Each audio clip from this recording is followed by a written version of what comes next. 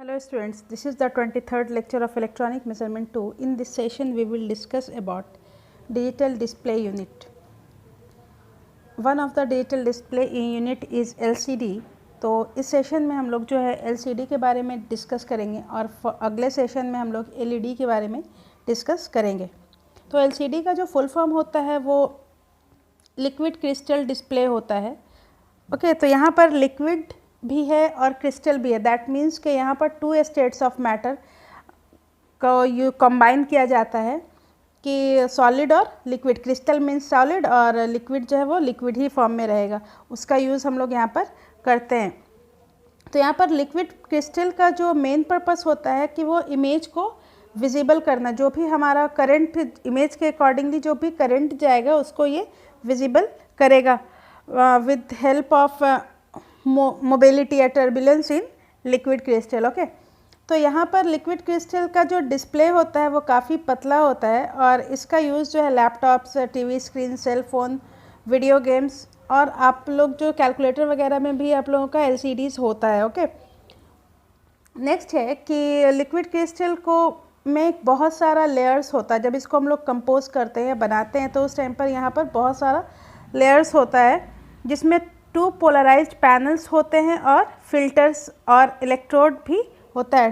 ठीक है, polarised panel, filters and electrode, ये बेसिकली 3 लेयर है और इसको हम लोग यहाँ पर देख सकते हैं. अगर यहाँ से देखिएगा तो एक ग्लास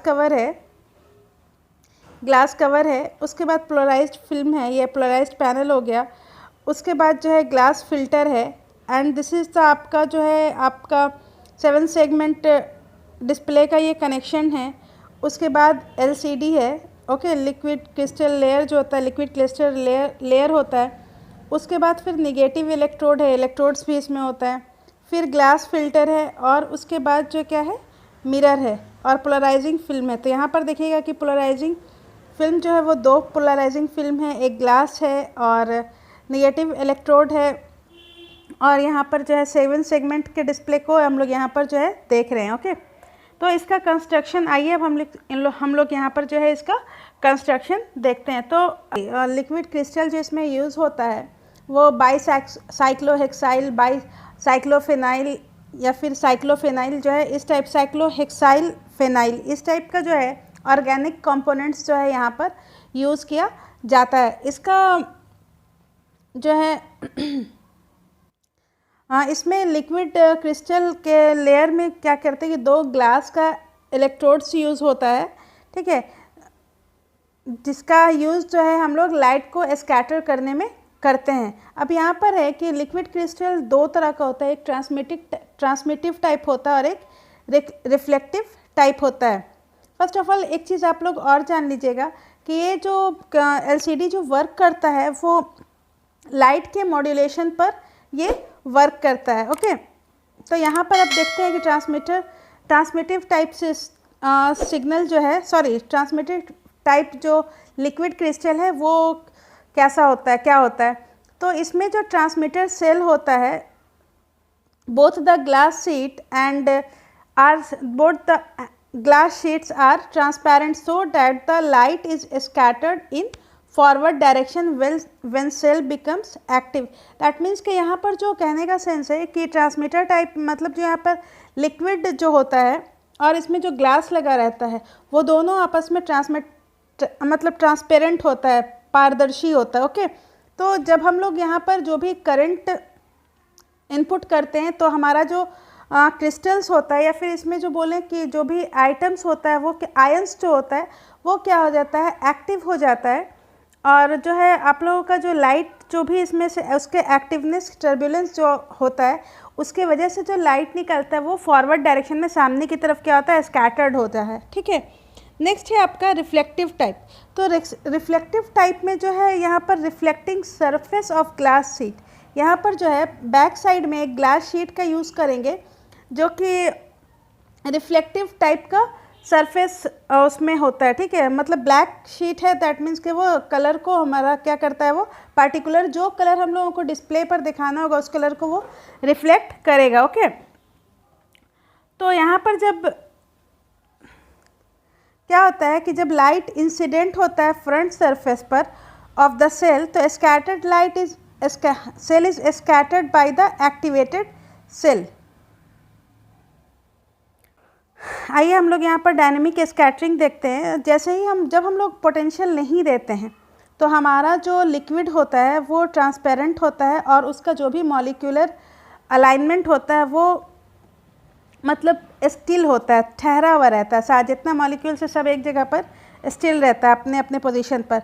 बट जैसे ही हम लोग जो है करंट देते हैं या पोटेंशियल इनपुट करते हैं तो जितना भी मॉलिक्यूल्स है वो क्या हो जाता है, एक्टिव हो जाता है और उसमें क्या होता है, टर्बुलेंस, मतलब कि उसमें मूवमेंट जनरेट हो जाता है और उस मूवमेंट की वजह से उस पर जो भी लाइट पड़ता है वो क्या होता है, स्कैटर होने लगता है। ठीक है, लाइट का फैलाव होने लगता है, जो भी लाइट करता है, जिसकी वजह से क्या होता है कि हमारा जो सेल है वो ब्राइट दिखता है। ओके, तो इसी मूवमेंट और डायनेमिक पोजीशन में आने के बाद जो है हमारा स्कैटरिंग हो रहा है, इसलिए इसको हम लोग डायनेमिक स्कैटरिंग कहते हैं। ओके, तो आप लोग यहाँ पर इसको फिगर में देख सकते हैं कि जब वोल्टेज इनपुट नहीं करे, फर्स्ट फिगर में देखिएगा, तो जब विदाउट वोल्टेज जो है लाइट आर पार जा रहा है। ओके, विथ वोल्टेज जो है मूवमेंट आपको यहाँ पर सेल के मूवमेंट को दिख रहा है और जैसे ही लाइट इंसिडेंट हुआ तो उसको क्या कर रहा है, लाइट स्कैटरिंग कर रहा है, स्कैटर कर रहा है। ओके, अब आइए हम लोग दूसरा देखते हैं, फील्ड इफेक्ट टाइप। तो यहाँ पर जो इसका कंस्ट्रक्शन होता है फील्ड इफेक्ट टाइप का, वो सेम डायनेमिक स्कैटरिंग टाइप का ही होता है, बट इसमें जो है कि दो पोलराइजिंग ऑप्टिकल फाइबर यूज़ करते हैं। जैसा कि आप लोगों ने ऊपर फिगर में देखा होगा, इस वाले फिगर में, कि पोलराइजिंग फिल्म का यूज़ करते हैं, तो इसी को हम लोग ऑप्टिकल फाइबर कह रहे हैं। तो यहाँ पर जो है दो पोलराइजिंग ऑप्टिकल फाइबर या फिर ऑप्टिकल फाइबर का यूज़ करते हैं। ओके, अब जो है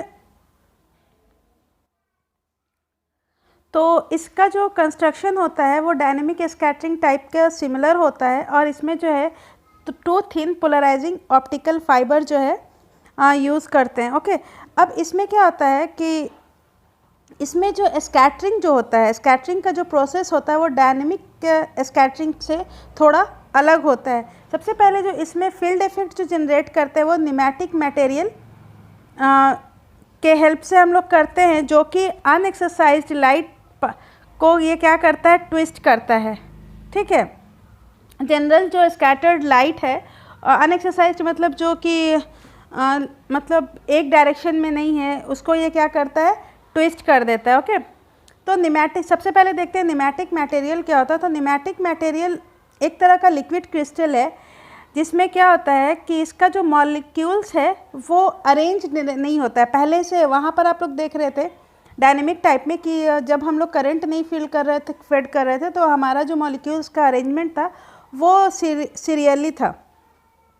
बट यहाँ पर जो है मॉलिक्यूल्स का अरेंजमेंट जो है वो वेल डिफाइंड नहीं है, किसी भी प्लेन में हो सकता है, किसी भी तरह से हो सकता है, बट इन पैरेलली का होगा सारा मॉलिक्यूल्स। ओके, तो यहाँ पर जैसे ही लाइट जो है न्यूमेटिक मटेरियल से पास करता है तो यहाँ पर ऑप्टिकल फिल्टर जो होता है वो ब्राइट हो जाता है। ओके, ऑप्टिकल फिल्टर ब्राइट हो जाता है और सेल जो है एनर्जाइज्ड होता है। जब सेल में हम लोग जो है इनपुट देते हैं तो वहाँ पर जो है लाइट का जो कोई भी ट्विस्टिंग नहीं होता है और सेल जो है डार्क होता है। दैट मीन्स कि यहाँ पर जो डिस्प्ले होगा वो डार्क पार्ट को हाईलाइट करेगा, बट वहाँ पर ब्राइटनेस को हाईलाइट करता है। ये डिफरेंस जो है इन दोनों में बेसिकली ये दो डिफरेंस है कि फील्ड इफेक्ट में जो है आपका डार्कनेस के हेल्प से होता है, डिस्प्ले का यूज़ होता है, बट वहाँ पर जो है आपका ब्राइटनेस के हेल्प से जो है वहाँ पर डिस्प्ले का यूज़ होता है। ओके, अब नेक्स्ट देखते हैं इसका एडवांटेज, एलसीडी का एडवांटेज क्या है। तो एलसीडी का जो पावर कंजम्पशन है वो लो है। 7 सेगमेंट में इसका जो पावर रिक्वायरमेंट होता है वो 40 माइक्रोवाट का होता है, जो कि एलईडी से अप्रॉक्सीमेटली बहुत बड़ा एडवांटेज है एलईडी के कंपेयर में। वहाँ पर जो एलईडी में पावर यूज़ होता है वो 40 मिलीवाट का पर न्यूमेरल, बट दैट मीन्स कि हर एक डिजिट को डिस्प्ले करने के लिए 40 मिलीवाट का पावर लेता है और एलसीडी जो है 140 माइक्रोवाट का पावर कंज्यूम करता है। एलसीडी का कॉस्ट जो है वो लो होता है और इसका कुछ डिसएडवांटेजेस भी है। एलसीडी जो है स्लो डिवाइस है इसका जो टर्निंग ऑन और टर्निंग ऑफ का जो टाइम है, टर्न ऑन और टर्न ऑफ करने का जो टाइम है वो थोड़ा लार्ज होता है। ओके, नेक्स्ट है कि इसको एरिया लार्ज चाहिए होगा। और उसके बाद कुछ और इसका डिसएडवांटेज है कि इसका जो डायरेक्ट करंट इसका लाइफ स्पैन को रिड्यूस करता है, इसलिए ये एसी सप्लाई में जनरली वर्क करता है। ओके, जिसका फ्रीक्वेंसी जो है 500 मेगाहर्ट्ज से लो होगा।